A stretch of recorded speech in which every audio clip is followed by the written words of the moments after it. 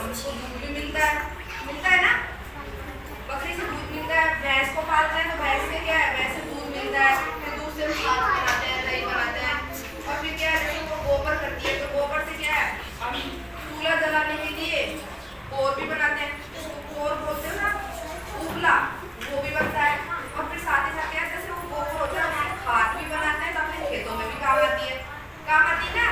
वो खाद क्या है, जमीन को उपजाऊ बनाती है। वो खाद क्या होती है, जमीन को उपजाऊ बनाती है ना। तो इन जानवरों से क्या है, हमें अनेक तरीके की चीजें मिलती है, तो ये हमारी आवश्यकता की पूर्ति करती है। तो ये क्या है, जो जानवर अपन पालते हैं ना, इससे हमें अलग अलग तरीके की अनेक चीज मिलती है ना।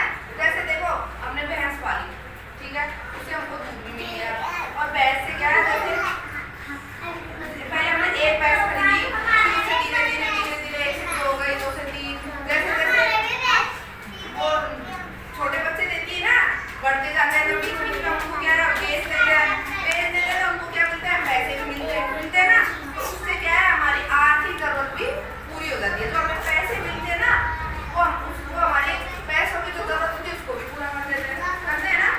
तो हमें पालतू जानवरों से क्या अलग अलग तरीके का लाभ होता है, ठीक है।